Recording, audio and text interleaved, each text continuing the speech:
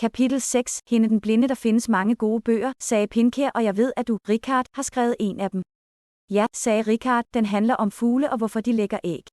Hvorfor gør de det? Spurgte Oda. De lægger æg for at sprede gener, sagde han og lo. En fugl er genernes måde at lave flere gener på. Fugle findes, så generne har et sted at bo. Jeg ved godt, det er svært at tro, men alle fugle, ja, alle dyr på jorden er bygget, så de elsker at kopiere gener. Gener er gode, når de kopierer sig selv mere end andre gener. Gode for hvem, kunne man spørge. Dem selv, selvfølgelig. Vi er huse, hvor generne kan bo, og lykken for et gen er at blive til to. Fugle kopierer fuglegener, mennesker kopierer menneskegener og bakterier kopierer bakteriegener.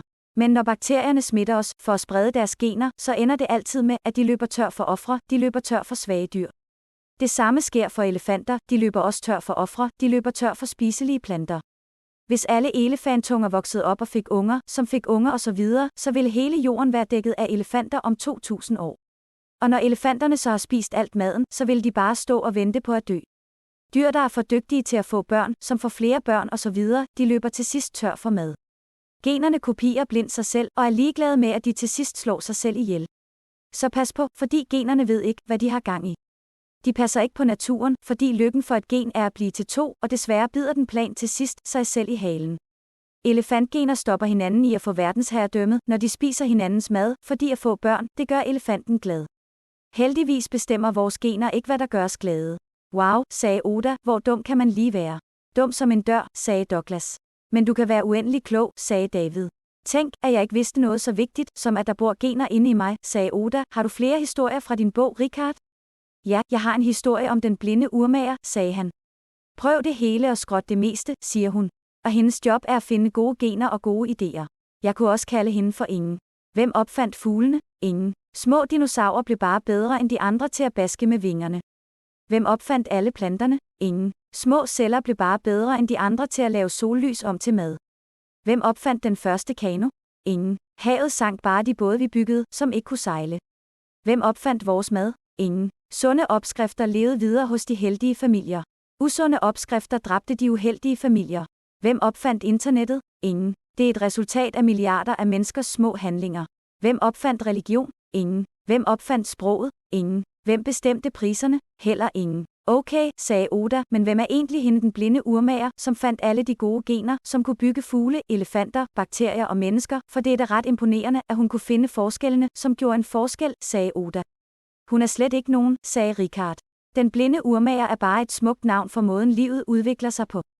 Det er nemmere at snakke om livets udvikling, når den får et godt navn. Derfor siger jeg, at den blinde urmager har lavet dyrene og planterne. Hun er blind, fordi hun ikke kan se, hvad hun laver. Hun går blindt rundt, men finder alligevel en masse fantastiske ting. Og det gælder ikke kun liv, men også de traditioner og maskiner, jeg nævnte før, sagde Richard. Smukt sagt, sagde David, tænk, at der findes opfindelser uden en opfinder.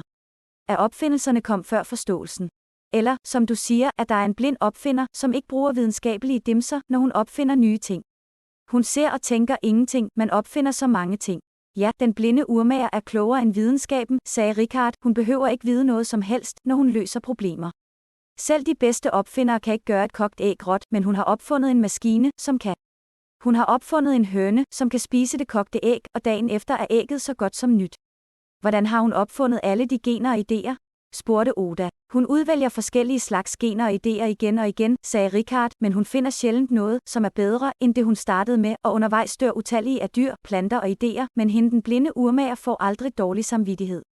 Hun byggede ikke vores gode gener på en dag. Nej, hun lavede en cirkel af død, fødsel og død i millioner af år. Hvor de fleste af dyrene og planterne aldrig nåede at få børn. Fordi der er mange flere måder at være død end levende. Du kan dø på et øjeblik. Og de fleste dårlige ting sker uden en god grund. Men der skal så mange gode opfindelser til at holde dig sund. Vores forfædre var heldige med, at deres gener var gode nok, og disse gener gav de videre til os. Gener, som nu løser tusindvis af vores problemer, sagde Richard. Dyrenes skæbne får mig næsten til at græde, sagde Oda. Skal vi bare se på, når hun bruger alle de liv på at finde et dyr, som er en lille bitte smule bedre end de andre dyr, spurgte Oda. Nej, men hun er som hun er, sagde Richard. Naturen er naturen. Alle ting i verden er som de er, fordi deres historie har ført dem dertil. Ja, sagde David, men vi kan ændre verden, hvis vi vil, fordi vores fantasi laver idéer, som kan kæmpe imod vores gener. Vores fantasi gør os fri fra hendes den blindes bestemmeri. Hvordan ved du præcis, hvad hende den blinde urmager har opfundet? Spurgte Oda. Har hun lavet den store snestorm derovre? Sikke en stor snestorm, sagde David. Vi må hellere søge ly oppe hos mig. Nej, sagde Oda, når den kommer herover, så dør alle vandsalamander nø. Bare rolig, sagde Richard, de kan godt klare lidt sne. De er bygget til at leve her og har blod med frostvæske i. Men snestormen er ikke bygget til at leve her, den er bare heldig med, at det er det rigtige vejr. Der er ikke nogen god grund til, at stormen er, hvor den er eller ser ud, som den gør. Det samme gælder for solen, månen og bjerget. Deres indviklede opbygning skyldes kun fysikkens meningsløse love. Vandsalamanderen er et puslespil, hvis brikker kun passer sammen på meget få måder. Når du samler snestormen, månen eller bjerget, så passer alle brikkerne altid sammen. Kast jord sammen, så får du et bjerg. Kast trillioner af prutter sammen, så får du en sol. Kast kold og varm luft sammen, så får du en storm.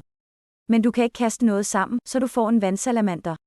Stormen, solen eller bjerget kan bruges til mange ting, og selvom de laves vildt meget om, så kan de stadig bruges til de samme ting. En vandsalamander derimod er bygget, så hver eneste lille bitte del ligger lige hvor den skal. Og hvis vi byttede rundt på 2 små tilfældige dele, så vil vores salamander blive dårligere til sit job eller måske holde helt op. Men har den blinde urmager opfundet alt ved en salamander? Spurgte Oda. Nej, sagde Richard, hun har kun opfundet det, der virker ved salamanderen. Vil I se, hvad jeg snakker om? Spurgte han. De gik alle over til en kilde, som sprang ud af klippen. Se vores lille ven her, han går og halter, sagde Richard, hans ben er gået i stykker. Et par brikker er samlet forkert lige der og virker ikke mere. Kan I se, at knoglen stikker ud? Så han kan næsten ikke svømme, men han kan nemt dø på et øjeblik. Så hende den blinde urmager har ikke opfundet brækkede knogler, sagde Oda. Nej, det har hun ikke, sagde Richard, og her er nogle flere kategorier med ting hun ikke har opfundet, ting som ikke hjælper generne med at løse problemer og lave kopier, levn fra babybyggeriet, som navler og bløde babyhoveder.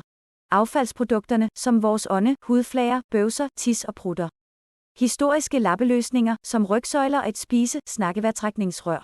Ligegyldige bivirkninger, som hvide knogler, tungt blod, blå øjne og fingeraftryk.